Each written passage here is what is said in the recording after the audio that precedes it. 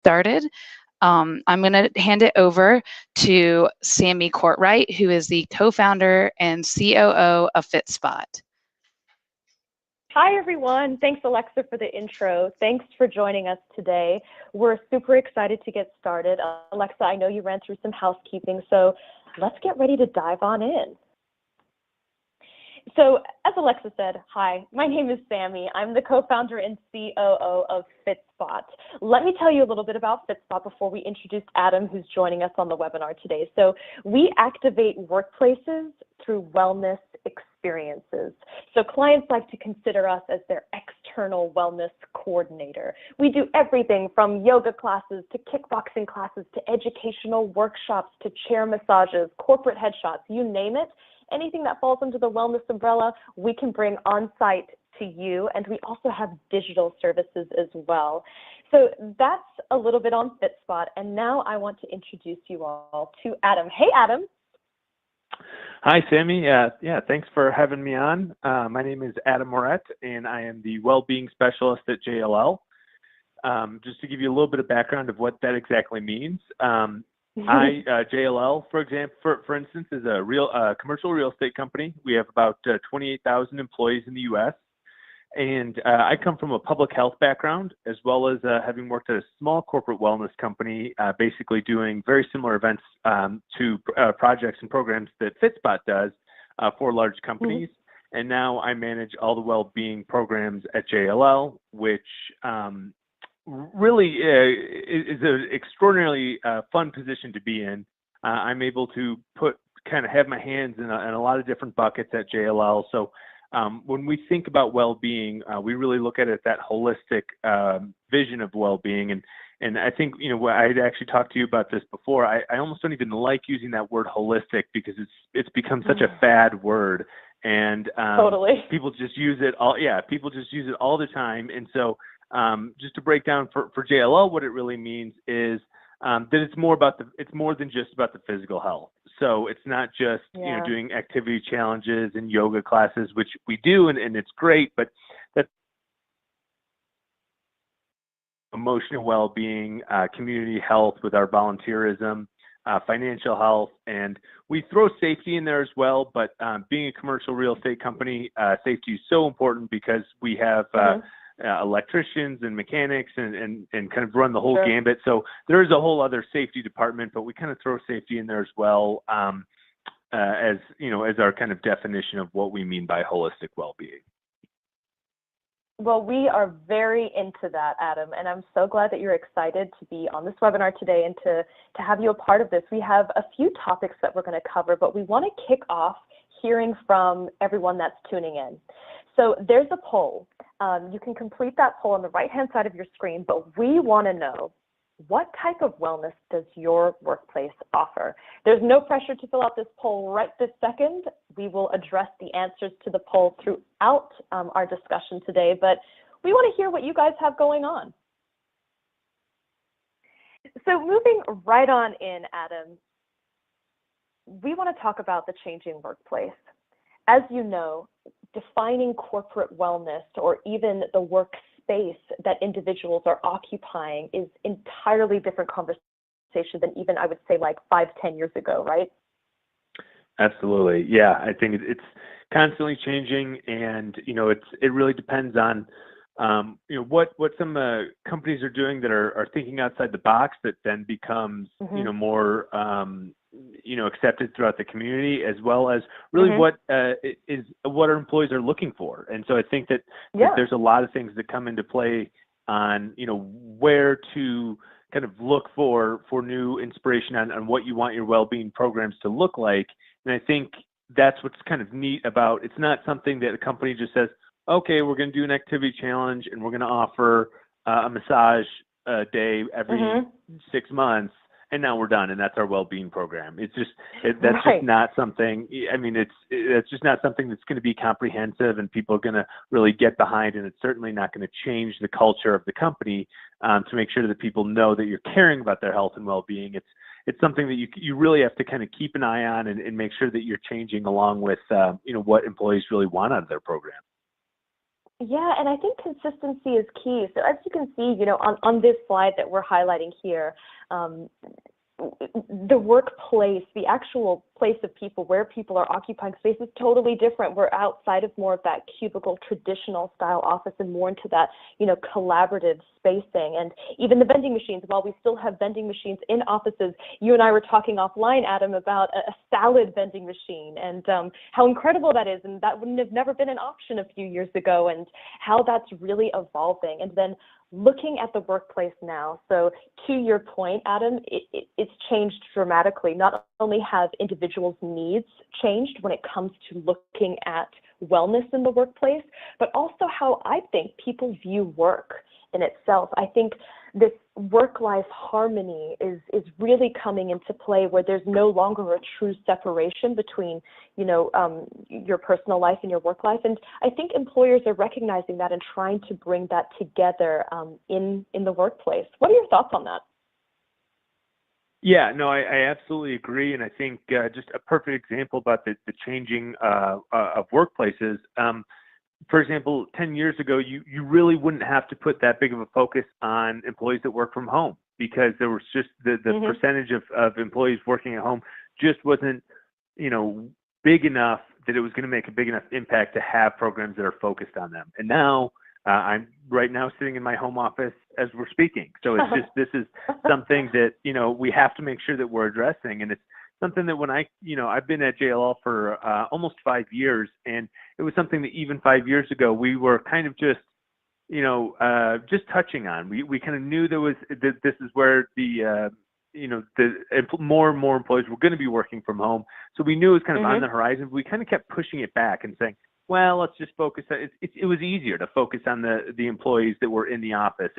That was where a lot of, great fun events can be. It's really hard to, do a chair massage event for someone who's working at home. It's not going to happen. So you just have to realize there are other ways to, bring those well-being programs to those people. And we specifically have kind of a dedicated health champion team even for people who are working from home, because they're dealing with different challenges, health-related challenges than others are. So you actually have, there's some pros and cons to working at home. And so it's just kind of giving them, even in just newsletters and updates, about giving them the tools to make sure they know, the best way that they can be successful, at their workplace. So the work from home population is just going to be very different from someone else. So just, again, a perfect example of really making sure you're keeping an eye on your specific population and adapting to really what they need to see.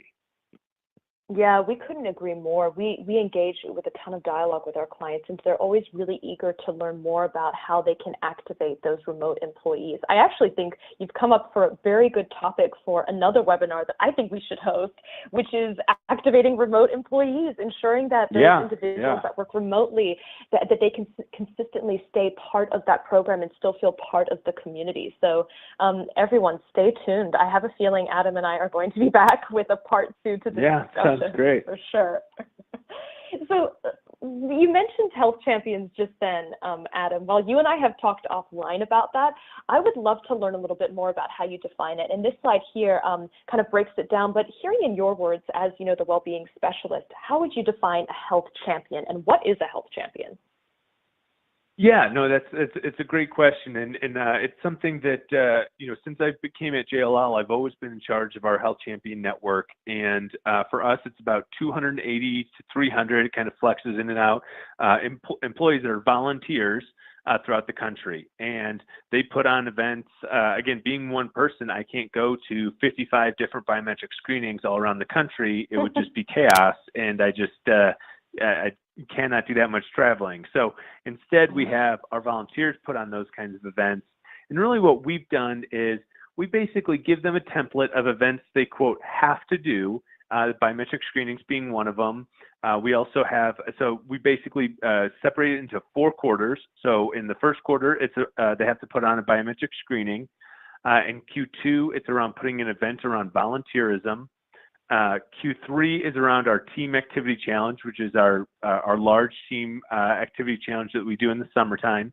And then Q4 is around emotional well-being. So That could be something like doing a massage event or something on meditation or mindfulness or stress reduction. Really any.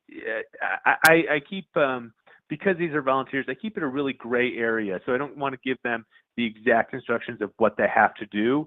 So, for example, around emotional well-being, it could even be a nutrition class or a healthy cooking class or something like that. Because again, just I feel like that's a connection to emotional well-being as well. So those are kind of the 4 quarters of something you have to do.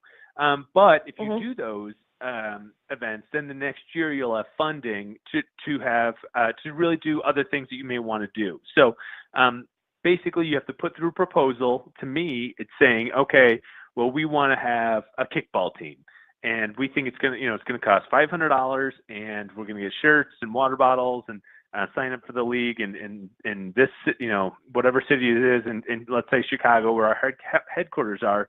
We're going to have a kickball team, and basically I sign up. That sounds great, and you're good to go. And so what's great is then they get to really you get to find those employees that are really passionate about doing something, whether it's as simple as a kickball team or putting on a healthy cooking class, or making sure that their employees have access to potentially like on-site yoga classes, anything like that. And what's great about that, by giving them the flexibility, you're finding out employees that are really passionate about something. So I think we talked a little bit before about how JLL pulls in volunteerism into that. And one of the things that I had found was that, some people, they don't really care about putting on a flu shot event or healthy eating or anything really physically health related, but they love the idea of volunteering, and they've done volunteering events throughout their whole career. And now they have an opportunity where potentially there's some money that they can use from JLL to get a volunteer event together for, the JLL employees. And that's something they get really excited about. So we're saying you're on board. If that's something you want to do, and that's really the only thing you want to do in terms of health champion events, that's perfectly fine with us. It's about finding those people who are really passionate about what they do. And believe me, that person's going to do a whole lot of a better job than someone who's putting on an event because they're essentially being voluntold to do it. Yeah. Totally. So I want to touch on identifying those people, whether it be within a company or an organization. What does it take to solidify or to figure out who is that health champion in that space? And just for everyone that's tuning in, this is beneficial even if you have no wellness program or any type of wellness offering in place today. Identifying individuals, whether it be in the wellness capacity or a social capacity, whatever interests these employees, identifying volunteers or individuals that are so passionate about particular projects or charities is really key to get people involved. They will plan, organize, to go above and beyond, and it's very much a cost-effective way to build communities. So let's talk about finding these individuals. So the first slide here indicates that passionate people. Let's talk about that. Yeah, I think that, first of all, it is about finding those, quote, connectors. Malcolm Gladwell wrote a great paper on having connectors, people who just kind of automatically, people just kind of either, gravitate to them and they put themselves out there and do all these sorts of different events. And those are kind of those dream health champions. And usually, if you don't have a health champion network and you're looking to start one, usually those people that will be really great health champions are doing something else like that for the company already, whether it's maybe they're the president of the Midwest chapter for the Women's Business Network or the African American Business Network, or we've got a lot of employee resource groups, and a lot of people who are who are very involved in that then become very involved in health champions. And what's great is there's also a lot of overlap there. So if you're maybe a member of the Women's Business Network and a health champion, maybe you're going to gravitate towards doing an event for the breast cancer walk, in the springtime. So again, a lot of kind of overlap, I think, is really helpful there. But it's also about, it's about reaching out to the employees to find out, again, if you're passionate about something in this realm, we want to help you, put on different events. So it's finding those, making sure that they know that it's going to be about something they want to do, not something that they're raising their hand to do something that they don't really care about, which makes it a whole lot harder to get those right employees. So, the I think, the screen just went a little. We're jumping back, wasn't me guys. there. The screen decided to jump forward. We're not quite there yet, but we're still on passionate people. But it is segueing into budget, which is a good discussion as well. So to wrap up that passionate people topic, we totally agree with you on that. And what's interesting about Fitspot, Adam, is that even though we take all of that heavy lifting off of your plate, we become that external wellness coordinator for, say, your property or your company. Right. We still always seek out those health champions within a property or a company because they're the ones that are corralling everyone. They're the ones that's like, hey guys, Fitspot's yoga class is downstairs in 10 minutes. Who's coming with me? Or whose New Year's resolutions is it to, eat a little bit healthier? We've got an educational workshop happening in 5 minutes. Come join. And it builds that community that we're always looking for when it comes to implementing a successful wellness program. Yeah, no, that's dead on. And the other thing I would add to that is they also know their company better than you because you can't be there. They can be kind of that, and they can tell you about what works and what doesn't. So a perfect example was when we tried to do a meditation class, and this was for our brokers. And these brokers are high intensity sales. They're the ones that put the roof over our heads. They're all alphas, and they're very driven, and they're also extremely busy. So they put an email out there that was a little bit hippie-ish. It was around, hey, do you have too much stress? Do you want to, learn how to meditate? And it was kind of just like very fluffy, I guess is the word I would use for it. Sure. And nobody came. I mean, literally there were 2 people for like, an office that we were expecting, 30 people. It didn't work. And so it was kind of embarrassing. And we were thinking, okay, how, let's just cancel it. And instead of canceling it, we changed the communication for the very next week. And the next week, the communication was not fluffy at all. It was around, okay, why should you learn how to meditate? Well, Steve Jobs meditated. Ray Dalio meditates. It keeps you focused. It keeps you energized throughout the day. It'll keep you sharp throughout your workday. And all of a sudden, all these people go, well, that's something I'm interested in. And literally, we were bringing in more chairs than we had in the room to really fill it up. So again, just that knowing of your population is so crucial to kind of how, again, same exact program, different communication, and it was vastly it was night and day. So kind of interesting. Yeah. No, that makes a huge impact. And for people that are listening, I know some of you might be saying, oh gosh, this sounds incredible. Like I would love to implement these types of services on site, but I have no idea where I'm going to get this budget from. So we want to talk to you a little bit about a couple of things, one being wellness dollars and 2 being health reward programs. So when it comes to Fitspot, Adam, I'll address kind of Fitspot's relationship with wellness dollars here, and then we'll talk a little bit more about JLLs. When we work with companies, we always like to get introduced to, say, their broker or insurance provider to talk about wellness funds. So wellness dollars or wellness funds, they could be called either of those 2 names. It's a percentage of your company's premiums, and those can be invested into services like wellness programs. So if you think that this could be a possibility, I would always say chat with someone in HR and ask, hey, do we have access to these wellness funds? Ideally, if you want Fitspot to engage in the relationship with your broker, we are an accredited provider of Aetna, Cigna, United Healthcare, and we've gone through that process to become an accredited provider, and so we know the drill. We're happy to have that dialogue to see if there's any wiggle room. Could insurance wellness dollars subsidize a partial amount or even the entirety of a wellness program so you can have access to this? So let's talk about this from a JLL perspective. What is your opinion on wellness dollars and health reward programs, and have they benefited your wellness programs? Yeah, so we do it exactly the way that you defined it. We take it out of our medical plan. That's where our health champion dollars comes from, and that is where we have our health rewards program. So both are really popular. They're a little bit separate. I mean, we make sure our health champions are very aware of the health rewards program because they're health champions, they're going to get questions about this. So so they're very aware of it. They kind of know the broad strokes, know the links, and particularly know if it's a really big escalation, they can send it to me. Sure. And also, I think in terms of health rewards and getting paid financially to do something that's good for your health, it's appropriate in some instances, and it's not appropriate in others. We actually have a pretty robust health rewards program that we look at every year. And every year, in my heart, I want to reduce it.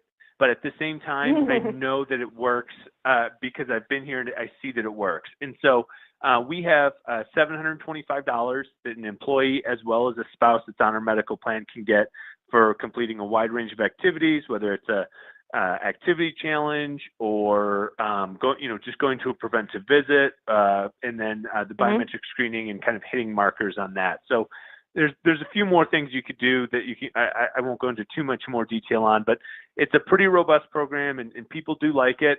And it is a great way to help educate people on health savings accounts, because that's where the health rewards dollars could go if you elected that. But yeah, and then in terms of the other wellness dollars and health champion dollars, we use that medical budget there as well. And I really recommend going that route, because if you don't, you're really just going to get a drop in the bucket. I mean, the difference between, having a, again, really depends on how big your company is, but the difference is, like I said, it's night and day versus someone says, oh, this is kind of just a nice to have bucket. You're going to get, maybe $5,000, $8,000 versus this is coming out of our medical plan. And we know that this is going to help reduce medical costs in the long run, help retain employees, help people stay engaged, and not have that absenteeism rates as much as other companies.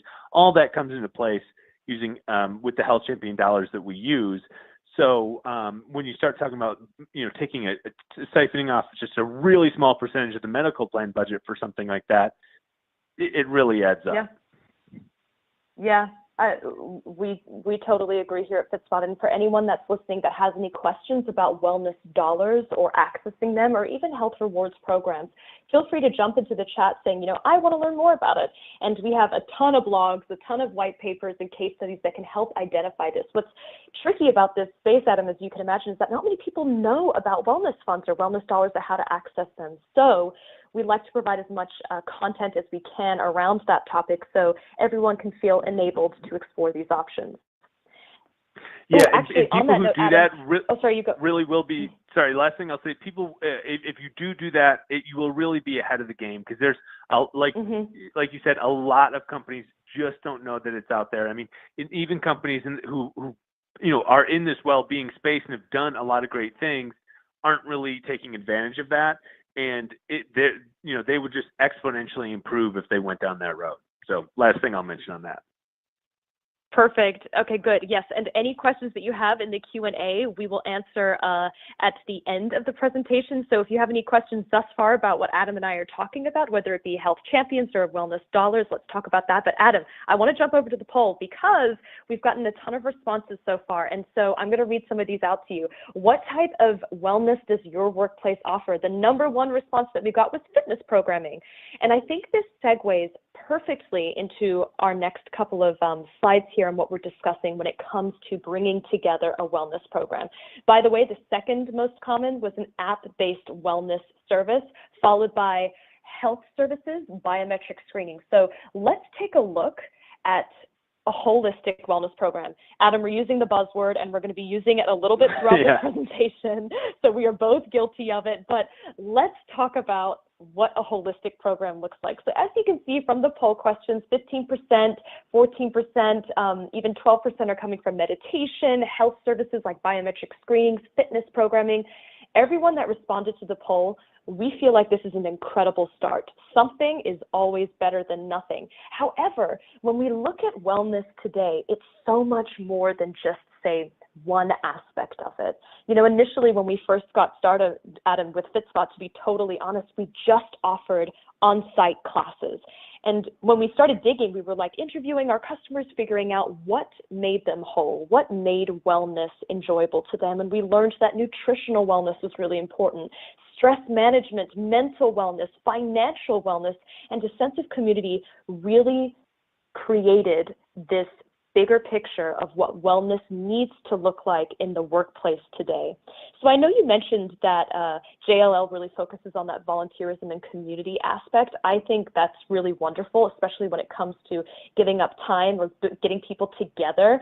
A really fun event that we just ran actually is we make lunches for the homeless for a lot of the clients that we work with. And clients always have, the best intentions to give back and to want to facilitate these types of services, but sometimes just with timing, it doesn't always fall top on the list. So Fitspot can come in and provide everything that you possibly need to give back to a particular charity. We can document it, we can snap some pics, post it on social, do donations, and then help really execute those types of services so you feel like the hard work, the heavy lifting's done, but we still did something good. So let's talk about these pillars really quickly. Yeah, well, I think in terms of the health champion aspect when it comes to those pillars, I think what's really helpful is to have a partner or a vendor like Fitspot be able to come in because, again, these health champions are volunteers. So their time is really important. Right. They're doing this off the side of their desk. And if they're talking to me and I'm saying, again, I listed out kind of what we're asking them each quarter. And then we're also saying, well, then you have this budget to do other things that you want. If they feel so burnt out because they've been Googling and looking for a massage therapist for an hour and a half and trying to teach them about how to get into the building and how our invoice process works and what they have to do and okay, you have to sign this form, it just gets overwhelming. And it's like, okay, that was just the massage event. Okay, now we're going on to the nutrition, and it's like by the time they're done, like doing one quarter, getting the invoices out and again, all the explanations of this, that, and the other for a vendor.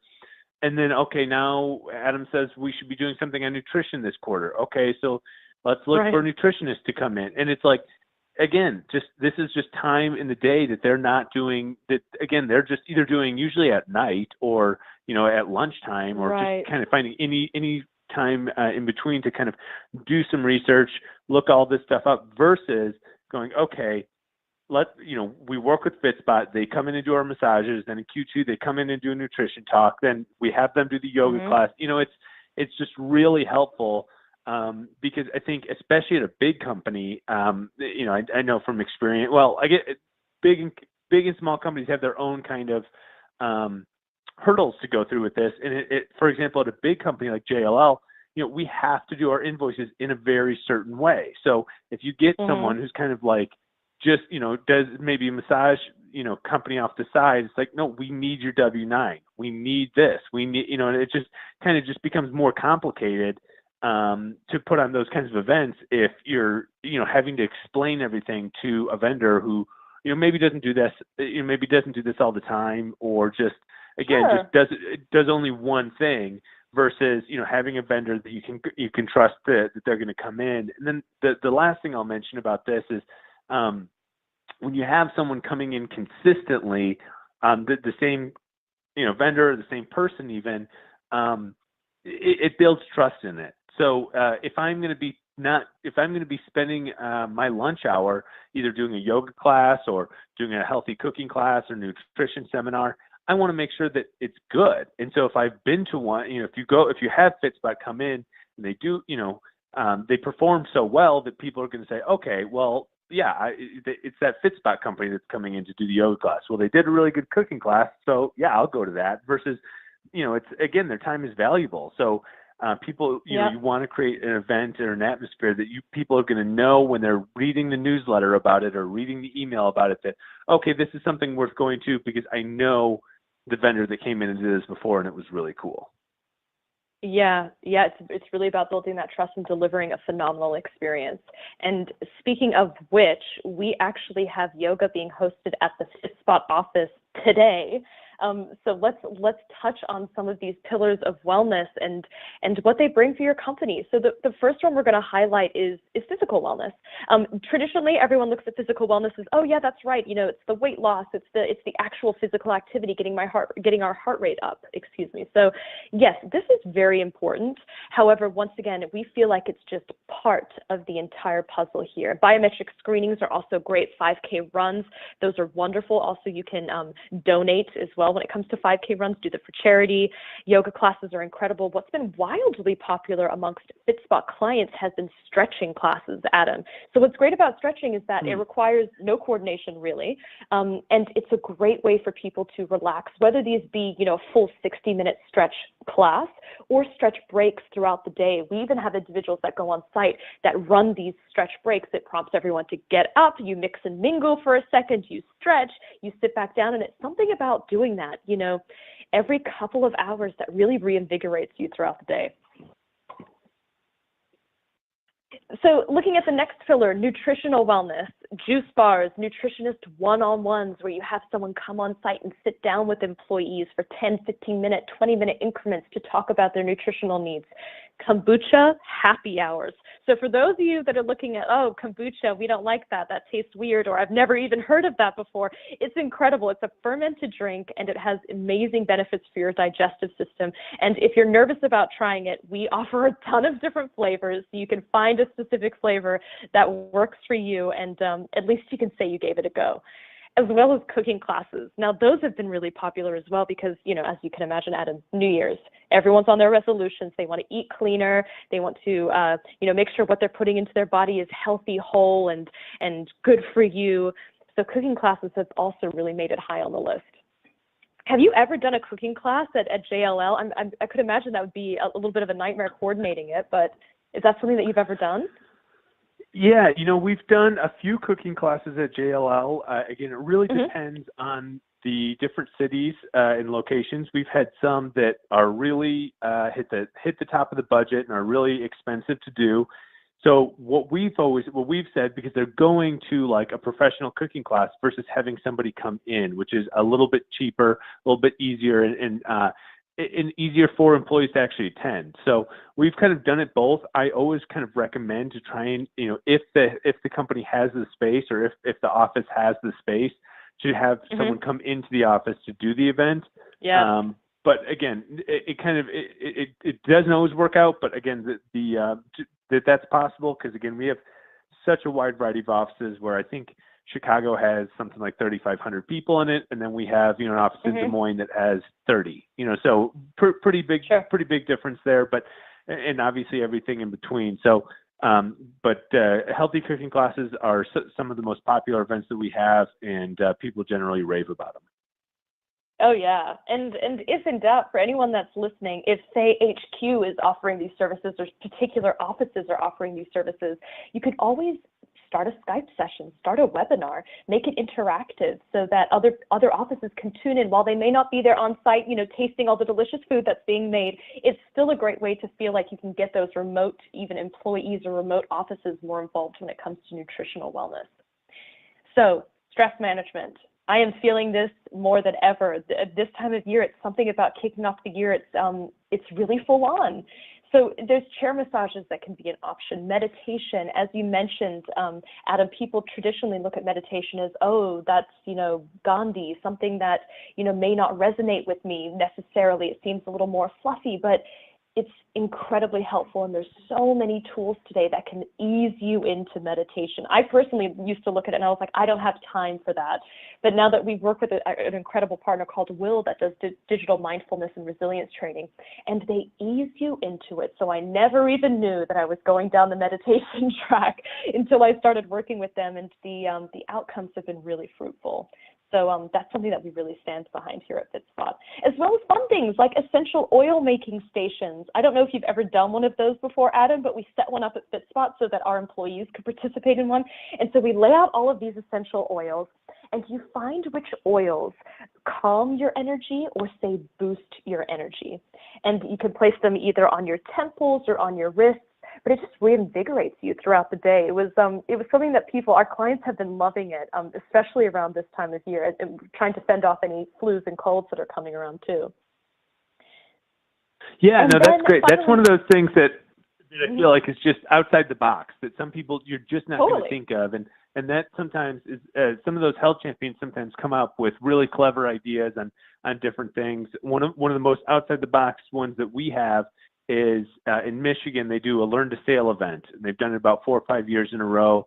They take little sailboats out on this local lake and go sailing, and it's family, all family members are invited and everything, and it's a blast. And this is a perfect example of one of those things that like I never would have thought of, but it sounds interesting. And also, as the well-being person at JLL, I would never be able to do. I mean, I don't know anything about that, but if you have, Fitspot come in and do it, again, just kind of a fun thing that, most people aren't going to think about. So it's definitely a cool idea. Yeah. It's really fun to get quirky with these pillars as well, because, what's being offered today, like the set classes or, the norm when it comes to wellness are incredible places to start.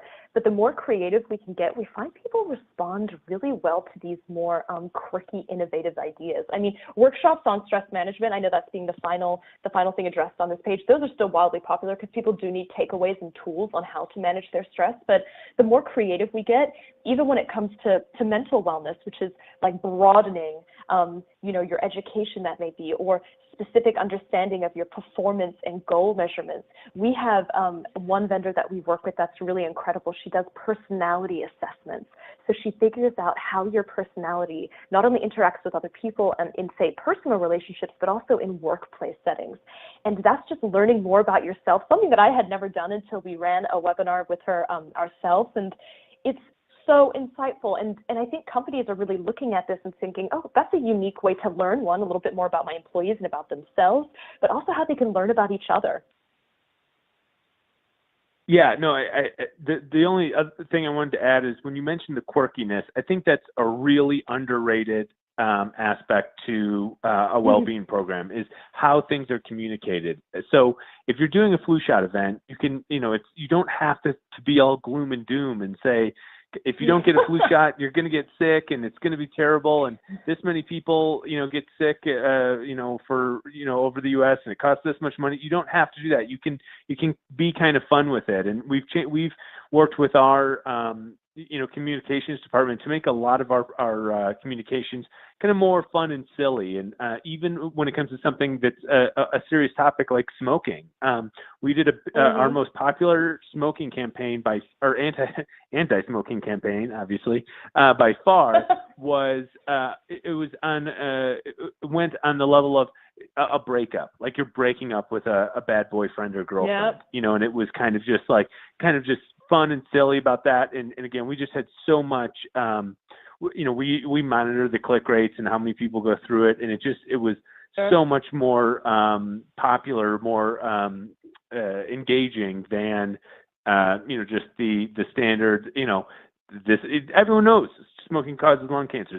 Someone who's smoking is going to see that communication. You're not telling them anything different by trying to put a big scary ad about it. They know that.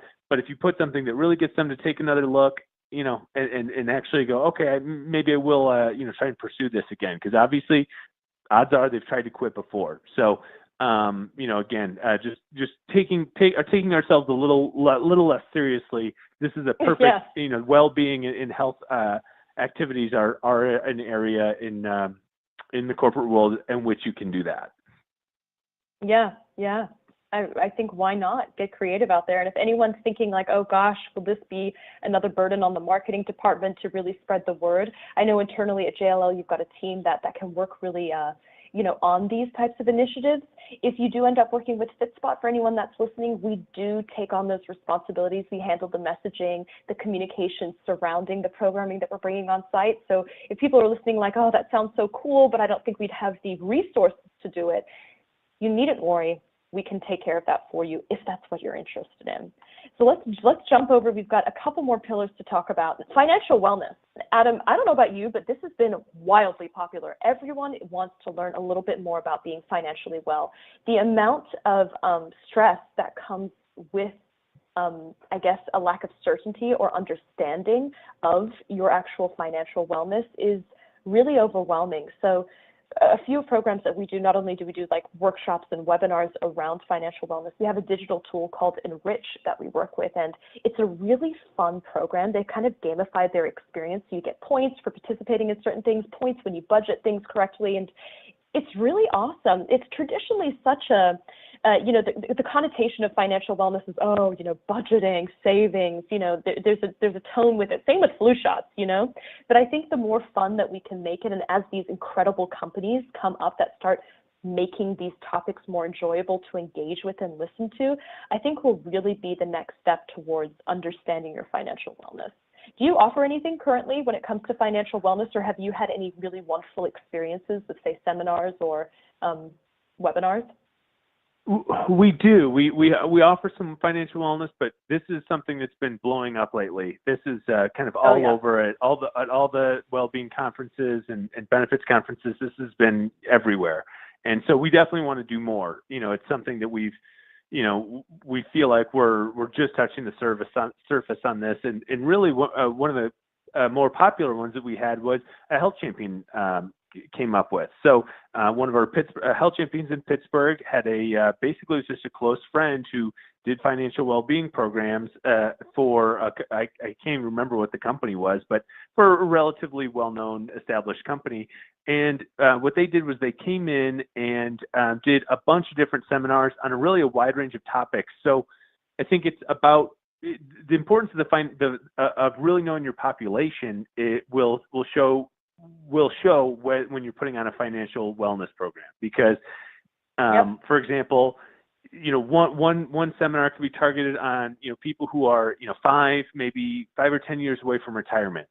They have very different financial issues than someone who's just entering the workforce, and those people who are just entered, who are maybe in their early 20s, mid 20s, have different aspirations than people who are in their mid 30s, who are maybe trying to set up a college account for a new young child that they just had, or maybe they're looking to buy a house for the first time. And that was a perfect example of what the Pittsburgh team just did perfectly. Was they had 4 seminars, and they all were kind of related to these different places where an employee is within their work life. So again, one was on retirement, one was on first-time home buyers, one was on a health savings account. It was just it really kind of spread the gamut, and each one had obviously quite a bit of a different population that was attending. So it's definitely something that's increasing quite a bit, and I don't see it going anywhere. I think this is going to be a major pillar in all well-being programs as moving forward.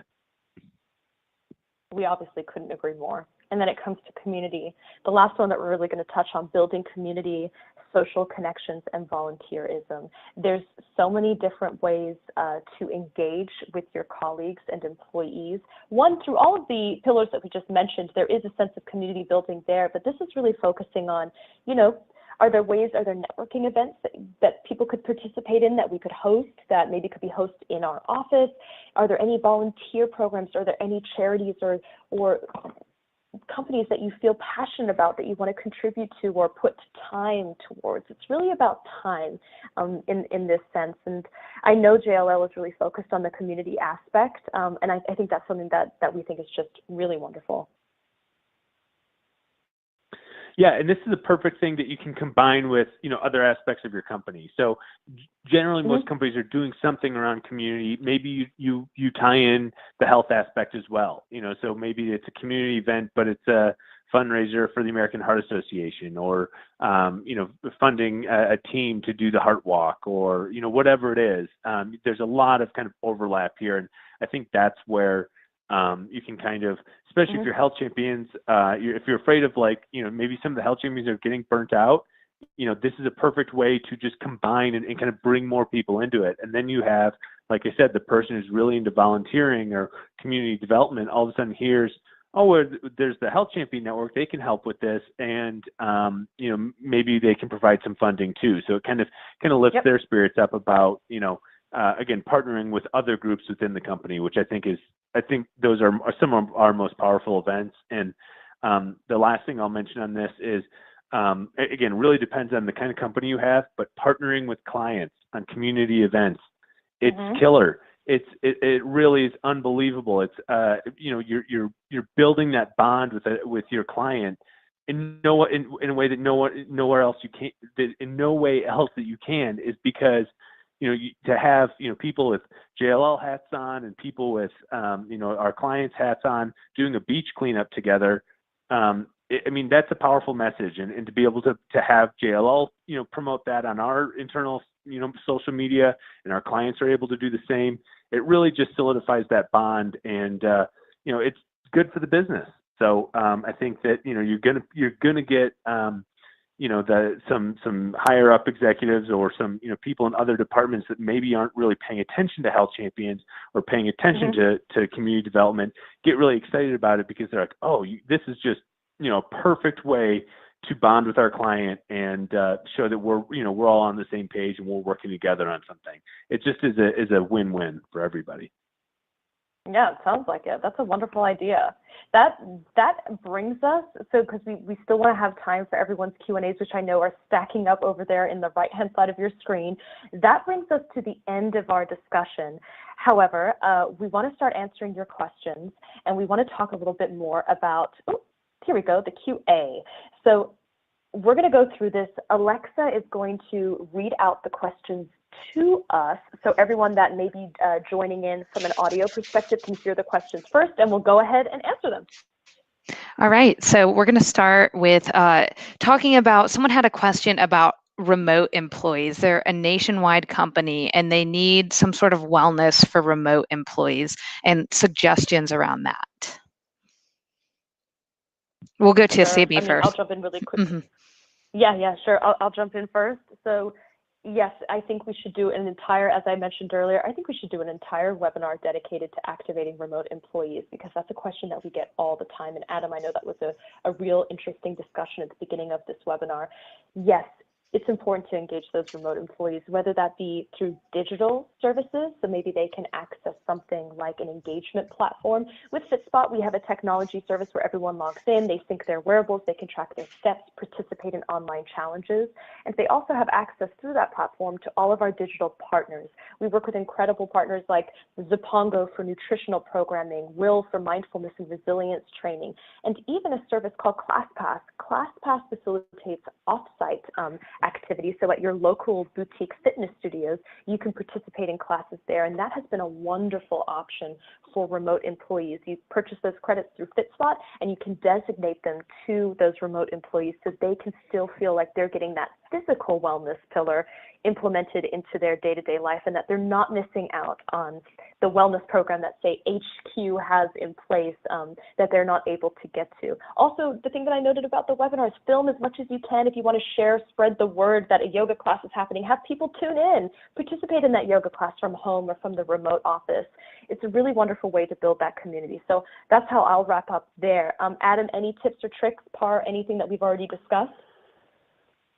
Yeah, no, I think I love all those ideas. The only thing I would add is, again, the home employees have different issues than people in the office. And so I think a really great thing we've done, and this is relatively new, but it's been really well received, is a newsletter specific to the home employees. And so it talks about, meal preparation, which again is different if you work at home and you can just jump in the kitchen. If you have a bunch of, garbage food in your cabinet, believe me, that's the first thing that's going to be eaten. You're going to be eating the Doritos and everything first before you're eating, the vegetables that are in the refrigerator. So just giving little tips on the kind of meal prep for work from home employees is helpful. Even being able to do stretches and exercises on your desk. Even a perfect example is we're doing a webinar right now. You could have exercise bands, or you can have, be doing stretching exercises. There's a really wide range of things you can do that maybe you wouldn't feel comfortable, and maybe you would at a normal office. But I know at JLL's culture, I wouldn't be comfortable doing, stretches or doing, kind of exercises at my desk that I actually do at home. And find really helpful. And so again, it's just really trying to provide them with some of that information. And if you're doing, for example, a team activity challenge, having, what we do is we have kind of quote challenges within the challenge. So maybe there's a Midwest challenge and a New York challenge and a Florida challenge, all that, they're all kind of different. To have a work from home challenge really allows them to kind of feel more of a part of a community, because they don't really feel like they're part of the Chicago office if they're, working in the Chicago suburbs. It's just a different feel. So just kind of finding ways for them to, participate and kind of feel like they're part of a team, within the greater JLL or the greater company structure. Great. Okay. Alexa, next question. We only have 4 minutes, so we'll drill through these to make sure we get everyone's questions answered. And if we don't, I know we can always post them in the chat and email them over if needed, but let's go. Exactly. So next we have talking about ideas for companies that do biometric screenings on site or for various offices nationwide. Well, I'll answer that quickly. We do it. We do it nationwide for everyone. So if you are interested in bringing biometric screenings to multiple office locations, feel free to shoot us an email. You can reach out via contact@fitspotwellness.com, and we are happy to figure out what works. Any ideas on that note, Adam? Nope, nothing to add there. That's great. All right, next off, let's talk about someone wants to do a weight loss challenge, and they want to know if there's a known app that could monitor everyone who participates in the challenge. Yeah, I mean, once again, I hate to sound like I'm really pumping Fitspot here, but obviously it's my job. We obviously run weight loss challenges through Fitspot. I'm sure that there's other applications out there that I might not be aware of, because obviously I don't build all those other applications. However, it's been really successful. And if you're interested in hosting a weight loss challenge through Fitspot, reach out, like I said. Adam, have you ever used a weight loss app in particular to track this challenge? I have not. Real quick, the only thing I would add is if you're doing a weight loss challenge and it's not going to be just self-report, go through a vendor. I mean, it just is not worth all the different privacy and health private health information, PHI rules and all that. I would just go through a vendor and not worry about the implications of someone complaining that someone in HR or someone running the challenge knows the weights of different people. Just not worth it. I would go through a vendor.